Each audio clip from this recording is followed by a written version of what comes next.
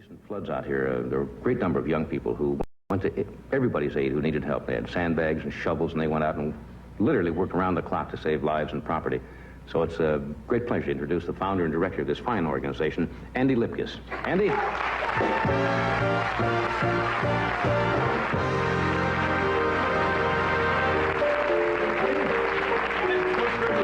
that a Coast Redwood seedling?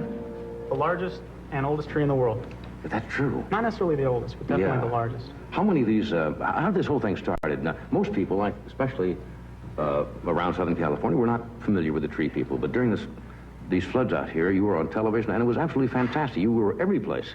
What were some of the most unusual requests you received during this last disaster? There were two real highlights. Actually, there were a lot more, but one was the caretaker for Jimmy Durante's estate. I saw that in the paper. Called us frantically because all his memoirs, all his music was locked up in the garage, locked up by the court, and the garage was filling with water. They needed some way to protect everything in it, so we dispatched 10, 15 people down, sandbagged the whole garage, and they may have even pumped it out. An even more exciting story was there was a 75-year-old couple that was stranded in a house where floodwaters had cut a gorge 16 feet wide, 10 feet deep in front of their house. People had been throwing food across the gorge to them for about 7 days, and they were okay, but they needed to be able to get out of their house.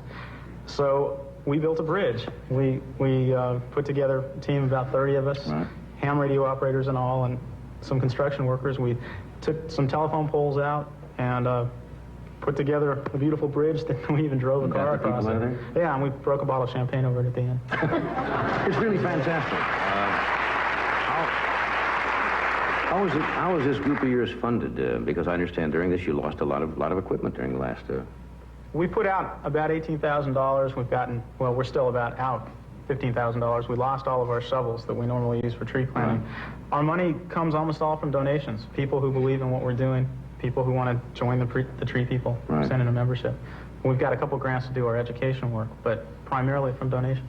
So we're not a government agency by any means. So it really just started out of your concern for what was happening with the trees and kind of grew, and volunteers joined, and other people who thought it was a good idea have joined in, and we've now potted planted or given away over 100,000 trees since we got started. Now this little, I guess you'd call this a seedling. Yeah. Now, how long would that take to grow with proper care to a fairly good size, 4 or 5 feet, 10 feet?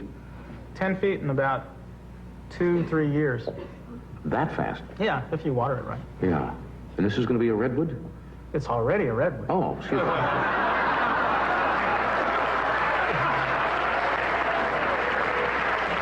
I can't drive my car through it, Andy. I mean, well, wait. The hole is down. The little hole you can drive, a little teeny car can go through. I remember there was a kid, that wonderful redwood tree they had up, which I understand finally got too old or something, but you could actually drive through the middle of a tree.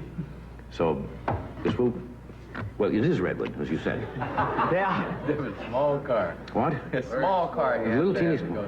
We'll just leave that on our set. Would it do well on our set here? Under this light, yeah. If you pour your coffee grounds in there once a week.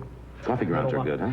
Well, prefers just actually, you're really to be congratulated for starting this, and all the young people who turned out in this last thing. It's really quite an accomplishment.